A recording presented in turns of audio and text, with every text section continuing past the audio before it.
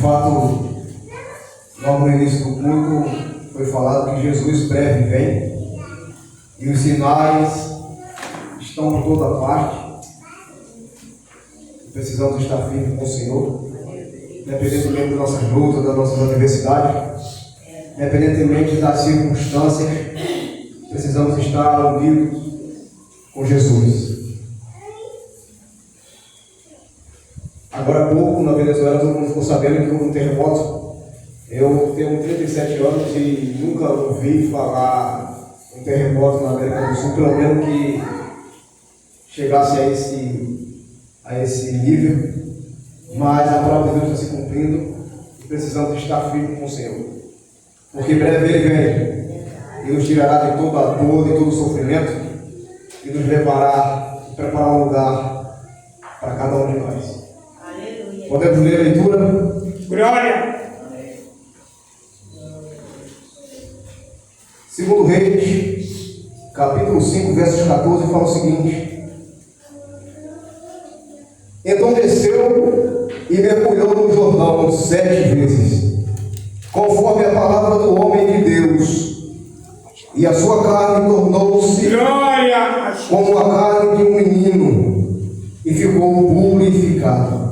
Mais uma vez, então desceu e mergulhou no Jordão 7 vezes, conforme a palavra do homem de Deus, e a sua carne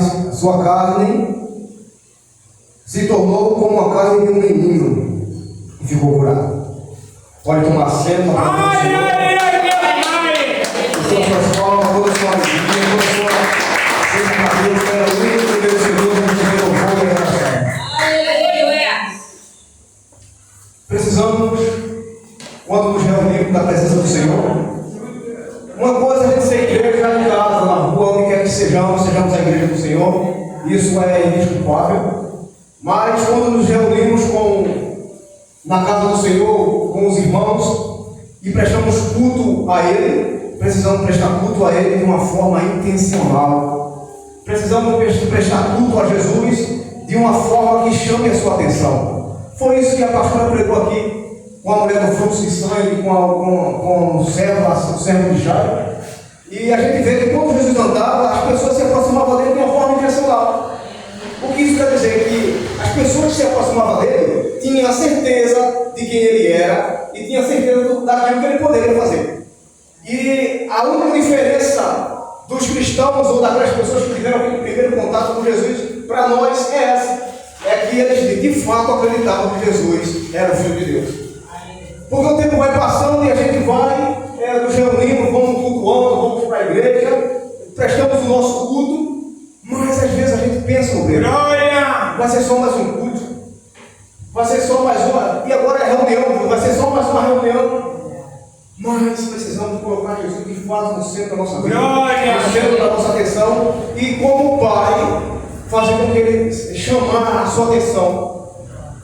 Então, voltando para o tema do texto, não quero fugir, mas precisamos entender o que isso quis dizer, porque a gente tem uns 40 minutos de pregação, baseado em 40 minutos de pregação. Se eu ficar falando para você que Naamã mergulhou 7 vezes, 40 minutos, dizendo que ele mergulhou 7 vezes, aí você vai embora e vai me deixar falando sozinho. Então vamos entender por que a Bíblia está falando essa questão. No capítulo 5 de 2 Reis, a Bíblia fala que Naamã, quem conhece Naamã aqui já ouviu falar de Naamã? Todo mundo já ouviu falar de Naamã, não é de Neymar, não, é Naamã, é outra coisa. Então, a Bíblia fala de que Naamã era um homem poderoso, que era um homem que tinha prestígio, era um homem que tinha reconhecimento, era um homem que andava braço direito do rei da Síria, e aquele homem era um homem notável, era o comandante do grande reinado da Síria. Então Naamã era esse homem que todo mundo conhece. Todo mundo aqui conhece Naamã. Tem música que fala de Naamã, tem música que fala de Naamã, tem música que fala, outro personagem dessa narrativa é o grande profeta Eliseu, e a gente vê pregações maravilhosas falando de Eliseu, vemos músicas, canções falando de Naamã, falando dos seus feitos, falando quem ele era. Mas tem uma pessoa que ninguém faz importância de quem essa pessoa é. Ela é uma pessoa extremamente importante nessa narrativa, nessa história. É aquela pessoa que não tem louvor, não tem hoje nunca vi um louvor com o nome dessa pessoa, e nem com a sua história. Não vi nenhuma pregação, poucas, talvez eu não me recordo de ter ouvido nenhuma pregação falando dessa pessoa, mas esta pessoa é de extremamente importância na história, na narrativa de Naamã, de Eliseu e na narrativa bíblica que nos dá inspiração em saber que Deus é um Deus eterno, é um Deus todo-poderoso e que Ele está aqui em nosso meio. Quem acredita que não está aqui em nosso meio? Quem acredita? Quem acredita que Ele é o mesmo? Então falar de Naamã é muito fácil, porque falar de alguém que é conquistador, a Bíblia chama ele o conquistador. A Bíblia dá todas as características de quem era o grande comandante do rei da Síria, Naamã. Todo mundo conhecia. Ele era tão conhecido que ele tinha um problema e as pessoas nem se importavam com o seu problema. E a Bíblia fala que ele tinha uma lepra. Mas colocar uma roupa, colocar alguma coisa, uma armadura, dá para tampar aquela lepra, dá para tampar aquele problema e dá para seguir a nossa vida. E muitas das vezes a gente tem algum problema na nossa vida e a gente tem que falar assim: vem cá, vou botar um paletó, vou colocar isso aqui debaixo do braço, eu vou colocar uma roupa adequada. Mas o nosso Deus, o nosso Senhor, Ele vê o que está por baixo. Glória ao nome de Jesus. Assim como Naamã, tem muitas das vezes estamos assim como Naamã. Mas a gente saber que precisamos nos achegar ao Senhor, para que Ele transforme a nossa vida, para que Ele transforme a nossa história, para que Ele arranque as lepras que existem, que tenta nos agarrar, que tenta nos prender, que tenta nos capturar da presença de Deus. Então, dentro dessa narrativa, tem uma pessoa muito especial, que se a gente lê a palavra de Deus sem ter um olho clínico, a gente passa despercebido, porque de fato, de verdade, essa pessoa não é importante. E a Bíblia começa dizendo que Naamã era esse tipo de pessoa, que ele era esse homem, ele era o comandante, ele era o grande general do rei, era o braço direito, ele disse tudo ele. Aí a Bíblia fala que existia uma menina. Fala comigo uma vez. Uma menina. Quem era essa menina? Essa menina era uma israelita que tinha sido levada, capturada como escrava em uma incursão do rei, e eles chegaram e levaram essa menina cativa. E essa menina, a Bíblia fala que ela é tirada da sua pátria, ela é tirada da sua cultura, ela é tirada da sua religião, ela é tirada do seu convívio. E agora essa menina, obreiro, ela é uma escrava, está sob a tutela da mulher de Naamã. Então pregar sobre essa menina é muito importante, porque servir a Deus quando a gente está vencendo, servir a Deus quando tudo está dando certo, quando tudo está prosperando, que a gente está vendo os sinais de Deus, está vendo os milagres de Deus, a resposta é muito bom. Agora imagine você ser tirado da sua terra, ter que ser tirado da sua família, ser tirado da sua cultura, da sua religião, e de ser deportado como escravo. E aquela menina poderia fazer como fazemos: não é comigo, deixa para lá, não é comigo, estou nem aí, entrega o amor de Deus. Mas não, aquela menina continua sendo fiel ao rei. Aquela menina, ela sai, ela teria todos os motivos para estar revoltada com o seu Deus, ela teria todos os motivos para estar revoltada com a situação, mas a Bíblia fala que ela soube que o Naamã tinha uma situação, um problema, tinha uma lepra, ele tinha uma enfermidade que era incurável, e a Bíblia fala que ela agiu como um cristão deveria de agir. Ela não olhou para as circunstâncias, ela não olhou para a adversidade, ela não olhou para a mágoa, porque se fosse eu, tem que ser convertido. Eu queria que a Naamã morresse. O cara tirou minha família, tirou a minha nacionalidade, ele tirou minha família, ele arrancou tudo de mim. E agora só imagine ser um escravo naqueles tempos. Você já se imaginou como é que vivia a vida do escravo naquele tempo? Na vida de uma pessoa que, se a mulher precisasse de água, ela tinha que levar água. Se ela precisasse de uma roupa, tinha que levar a roupa para ela. Tudo que ela, se ela respirasse, se ela tivesse alguém para respirar, alguém tinha que ser esse escravo. Então imagine alguém nesses tempos, nessa condição, nessa situação, se manter fiel ao Deus vivo. Essa menina passa uma experiência de fé, essa menina passa uma experiência de dedicação e de ânimo. Muitos de nós, que aqui se encontra, teria chutado o pau da barraca, como é que fala para ele? Tinha jogado tudo para o alto. Porque como é que eu sou seguindo a Deus? Como é que eu sou israelita, filho de Abraão, descendente de Abraão, conheço o Deus vivo, conheço o Deus Todo-Poderoso, e agora estou nessa situação. Agora me encontro nessa situação, escrava, servo, sem direito à férias, sem direito ao 13º, sem direito ao descanso semanal. A hora que precisasse, o servo tem que estar de pé.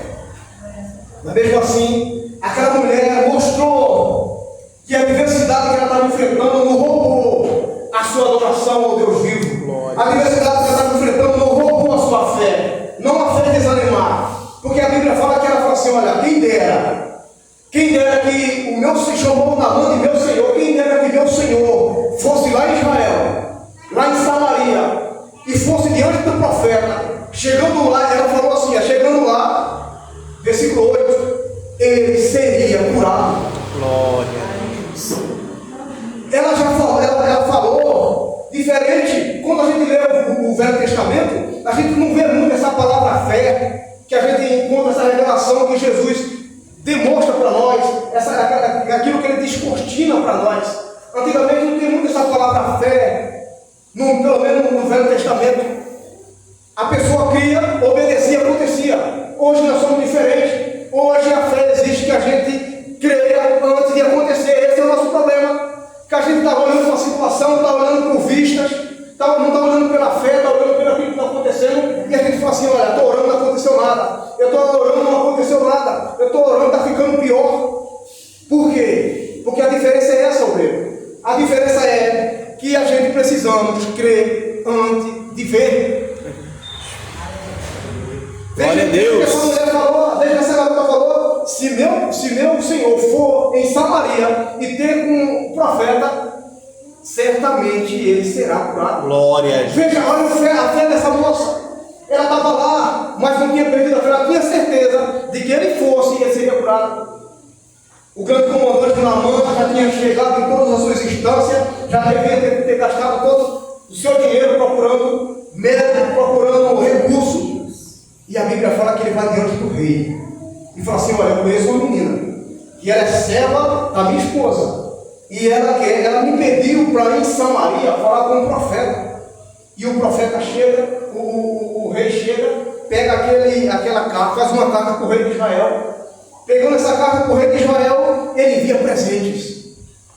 Envia ouro, envia prata, envia veste, envia tudo que era preciso naquele tempo para poder ter um relacionamento, acordo entre nações.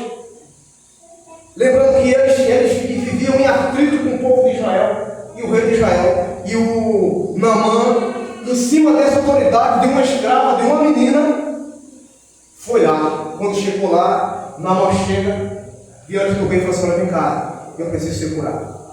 O rei de Israel imediatamente falou assim: eu não sou Deus para curar nem para tirar a vida, eu não posso fazer nada, tu está procurando a pessoa errada. Por isso que eu e você não podemos ir em qualquer coisa, não podemos pedir avaliação de qualquer pessoa, porque tem coisa que alguém vai fazer por você, mas tem coisa que só Deus pode fazer.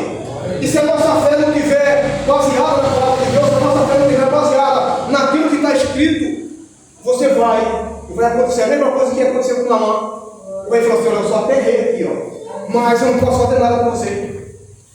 E Naamã fala que a Bíblia fala que o profeta Eliseu soube dessa notícia e falou assim: vem cá, está com medo por causa de quê?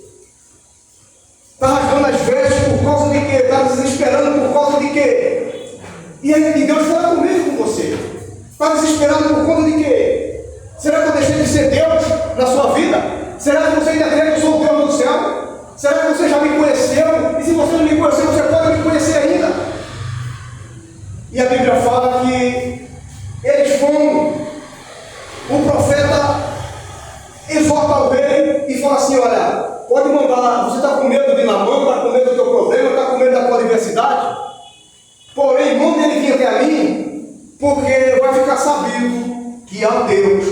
e há profeta em Israel. Você não entendeu? Naamã foi diante do rei, o rei ficou com medo do problema. Eliseu, como profeta, soube do que estava acontecendo e falou assim: olha, pode mandar, que eu não tenho medo desse problema, eu não tenho medo de Naamã, eu não tenho medo do rei da Síria. Pode mandar ele vir até a mim, manda ele vir até a mim, que eu vou mostrar para ele que existe profeta em Israel. Glória a É Jesus. assim. Glória a Jesus. E para Eliseu falar isso, você acha que o Senado de Israel estava bom? O povo estava na idolatria, todo mundo estava abandonando Deus, todo mundo estava separado de Deus, e o profeta falando sozinho. Imagina ele olhasse para aquela situação, vindo o comandante, vindo uma carta do rei que havia escrito com ele. Imagina se Eliseu não tivesse na fé, se Eliseu não tivesse no ano dentro do problema da adversidade, ia ser mais um que envergonhou o nome de Deus. E Eliseu falou: pode vir, que eu vou mostrar que existe profeta em Israel. Mesmo que Israel inteira esteja na idolatria, mesmo que Israel inteira esteja afastado do Senhor, aqui ainda existe alguém, um dos 400 que se dobraram aos pés de Baal. Glória ao nome de Jesus. É assim que eu e você tem que se portar diante da universidade. É assim que eu e você tem que se portar diante da situação. É assim que eu e você tem que se portar diante, talvez, da lepra. Se ou a gente age por fé, ou estamos apenas perdendo nosso tempo. Aí o tempo vai passando, a gente não coloca a nossa vida de acordo com a palavra de Deus, a gente não alinha a nossa fé com relação àquilo que está acontecendo. Aí vai passando o tempo, e as pessoas todas ficando para trás, vai passando o tempo, e nada acontece, aí o professor: vem cá, eu preciso ir embora. Eu preciso sair daqui, troca de religião, troca de igreja, troca disso, troca daquilo, e nada acontece. Não basta você trocar de religião, não basta você trocar de igreja. Onde você for, basta você colocar sua fé apoiada nisso aqui. Basta você colocar sua fé apoiada nisso. Se você não crê que isso aqui é real, sinto muito. Foi assim que o profeta Eliseu se posicionou diante daquela situação. Chegando lá, o grande comandante falou assim: vem cá. Eliseu já fez ainda, eu não vou atender ele não, manda ele ficar lá fora, e mandou o servo ir lá. Aí o rapaz, que era todo como a obreira pregou aqui, do orgulho, né? Sou comandante, tenho direito, tenho fama, sou conhecido por aí afora, sou isso, sou aquilo. Aí Eliseu falou assim: vem cá, não vou falar com você, fica lá fora, eu vou mandar meu servo lá. Chegou lá, e o servo de Eliseu falou assim: olha, vai lá no Jordão e dá 7 mergulhos. O Naamã, cheio de orgulho, devia falar assim: eu acho que eu perdi minha viagem. Eu acho que isso só foi mais um lugar que eu fui e não aconteceu nada. Eu vim aqui, ele fala, eu vim aqui e eu achei que ele ia colocar a mão em mim, ia orar do Deus do céu, e a minha lepra seria curada. Porque, pastora, tem momento na nossa vida que a gente quer ensinar a Deus como é que faz. A gente quer ensinar a Deus como é que acontece, como é que tem que fazer. Foi assim com o Naamã. Não, eu queria que ele colocasse a mão em mim. Eu não queria mergulhar 7 vezes naquele Jordão. Lá na Síria tem 2 rios maravilhosos. E lá seria melhor, porque esse rio aqui não está muito legal. Jordão, aí começa a dizer: lá esse rio, aqui é esse outro rio. Sabe uma coisa? Eu vou embora, porque esse Deus do céu na cabeça dele não existe. Esse profeta nem me atendeu, está tudo errado. Eu acho que vai ser mais um dia que eu vou voltar com a mão abandonando. Vai ser mais um dia que eu vou voltar sem resposta.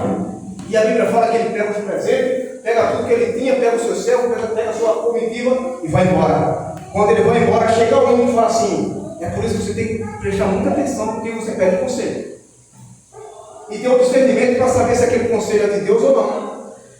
Aí o servo dele falou assim: mas Senhor, chama ele até do meu pai, se ele tivesse pedido uma coisa extraordinária ou pior, você não faria para que essa lepra fosse cessada?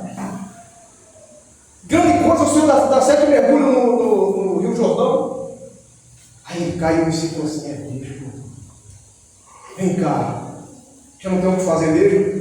Já tentei tudo que eu poderia fazer, já tentei de todas as formas, já fiz de tudo, não aconteceu nada, eu já estou aqui, que custa chegar lá e dar 7 mergulhos? E a Bíblia fala que ele deu 7 mergulhos. Imagina, ele deu o primeiro, olhou para a lepra, ele estava no lugar. Deu o segundo, olhou de novo. lugar. Porque é assim, a fé é uma jornada. A fé não é algo que, nem uma mágica. Viver pela fé é viver desafios. Viver pela fé é viver na constância. Viver pela fé é aprender com a dificuldade. Viver pela fé é aprender a superar. Mas a gente acha que Deus é o gênio da lâmpada, que a nossa fé vai chegar um momento lá com Deus e vai soltar a lâmpada ou esfregar a lâmpada e vai fazer o que é que você deseja. Com Deus não é assim. Com Deus é dificuldade, pela dificuldade a gente aprende. Com Deus é na diversidade, na diversidade a gente cresce. Lembra de José? Estava na diversidade, passou 25 anos, 12 anos de tribulação, foi vendido, foi jogado. Foi um governador do Egito. Quem cresce pela fé, ele tem que passar por adversidade, porque a adversidade é a base da confiança. Quando a gente passamos por luta de tribulação, a gente passamos por ela e o Senhor nos exalta no seu devido tempo. E quando você passa por aquilo, você fala assim: pode vir outra, porque eu sei em que tem um perigo. Foi assim com Jó. Lembra de Jó? Quem lembra de Jó? Passou um problema, tanta coisa que aquele homem passou. Ele falou assim: eu sei a quem eu tenho perigo. E no final do capítulo de Jó, ele falou: olha, Senhor, eu te via, eu conheci o Senhor de falar, mas eu passei por tantas coisas que de fato eu encontrei o Senhor. Aquilo que você tem passado é uma oportunidade para você conhecer o Senhor. Glória a Deus. Aquela menina que estava lá, ela não entendeu o propósito, mas foi uma oportunidade de ela glorificar o nome de Deus naquele lugar. Aleluia. Na mão, naquela situação, foi uma. Deus permitiu. Porque aquele homem, ele não recebeu apenas o milagre dele. Aquele homem se converteu de todo o seu coração. Ainda falando sobre o contraste da história de Naamã, o servo de Naamã, Geazi, obreiro Francisco, né? Obreiro Francisco. Aquele homem, Eliseu, ele tinha um servo. E esse servo de Eliseu, ele era muito importante porque ele poderia ser o sucessor do grande profeta Eliseu. E ele era o servo onde Eliseu ia, ele ia. Aquele homem viu cavalos de fogo. Aquele homem viu um exército celestial. Aquele homem viu quando Eliseu abriu o Jordão com a capa de Elias. Viu tantos milagres, pastor. Viu tanto prodígio andando com Eliseu batalhado. E a Bíblia fala que o presente que Naamã ia dar para o profeta Eliseu, Eliseu falou assim: olha, o Senhor, eu acho que o Naamã, o Eliseu falou assim: pastora, eu não vou querer o teu ciclo de ouro, não vou querer o teu ciclo de prata, não vou querer tuas vestes, não vou querer nada. E ele citou o Salmo 23, o Senhor é o pastor e ele não me faltará. Glória a Deus. Não é esse salmo que a gente traduziu para a gente não, que é o Senhor o pastor e nada me faltará. É ele que não me faltará. E Geazi, veja a comparação de Geazi, que era servo de Eliseu. A menininha que era escrava lá na Síria, poderia ter se convertido aos deuses de lá, poderia ter abandonado Deus, mas ela foi fiel. Já o Geazi falou assim: vem cá, vai querer não, profeta? E aquele homem insiste para receber, para que o profeta recebesse aqueles presentes. E pastora, aquele homem que andava tão santo, pastora, que a cobiça que ele tinha era pior do que a lepra que Naamã tinha. Aquilo que o profeta rejeitou, ele deixou ir adiante. Quando o pessoal vão embora da sua comitiva, aquele homem esqueceu de quem era o seu Deus, esqueceu quem era quem andava com ele, esqueceu que ele estava no lugar do Deus de Israel e foi lá e falou assim: vem cá. O profeta, meu Senhor, não quis os presentes, mas se o Senhor quiser dar para mim, eu aceito. E a Bíblia fala que aquele homem pega todos aqueles presentes que ele ia dar para o rei, que o rei não aceitou, levou para o profeta. A Bíblia fala que levou tudo para ele. E quando ele chega diante do profeta Eliseu, ele fala assim: visto que tu aceitasse tudo aquilo que Deus não queria, a lepra que estava na mão passou agora para você. Olha, quando a pessoa se converte, a menina estava lá convertida a Deus.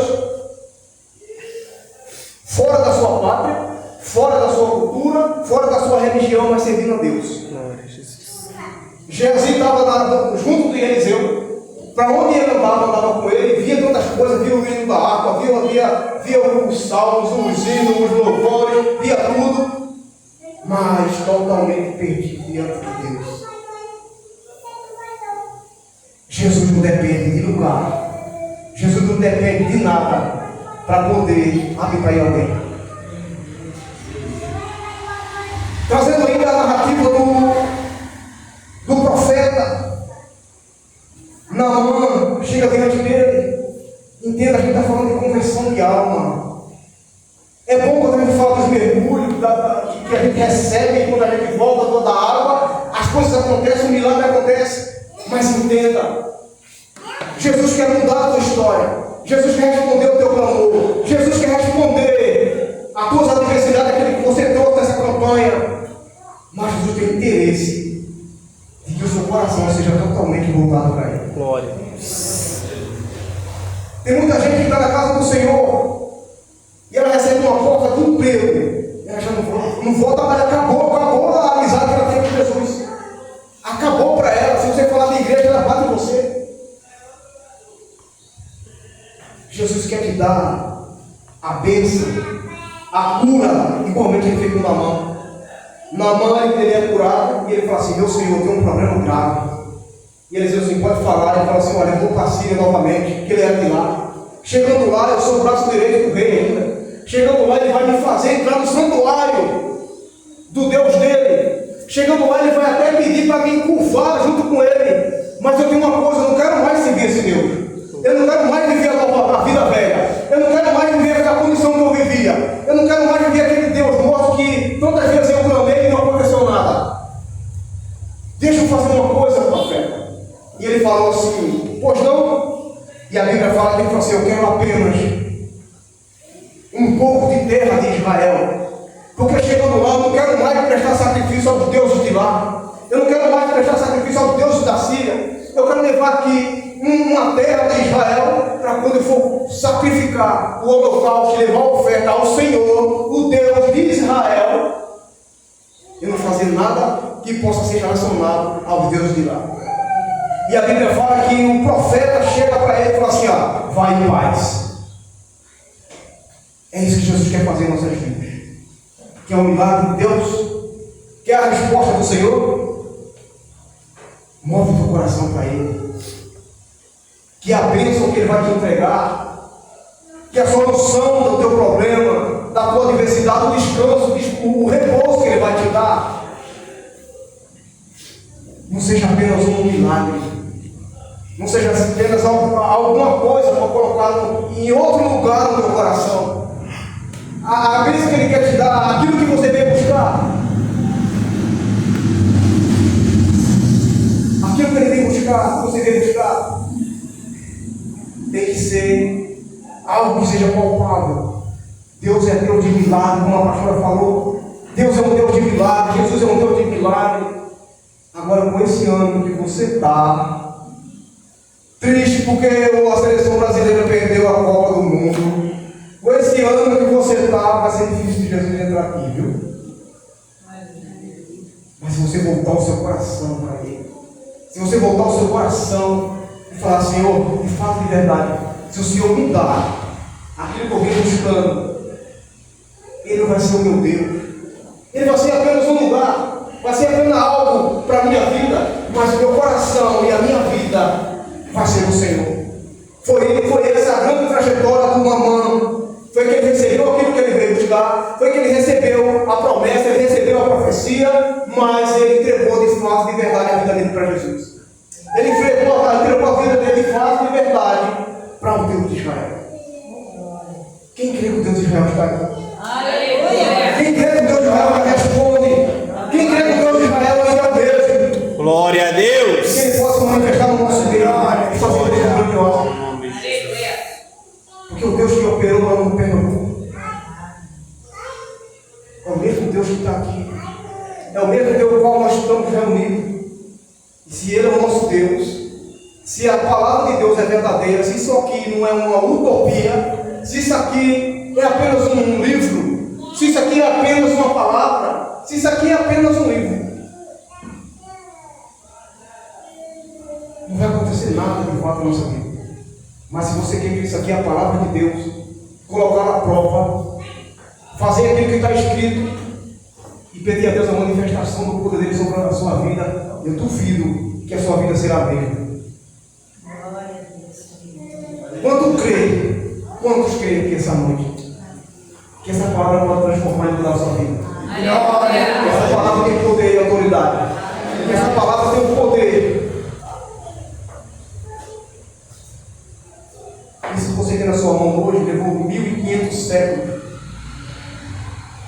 mais de 40 homens, vivendo em diversas partes, muitos sem se conhecerem, muitos morreram para que essa palavra tivesse em nossas mãos, muitos morreram, perderam a sua vida, e ela é verdadeira e está viva até hoje.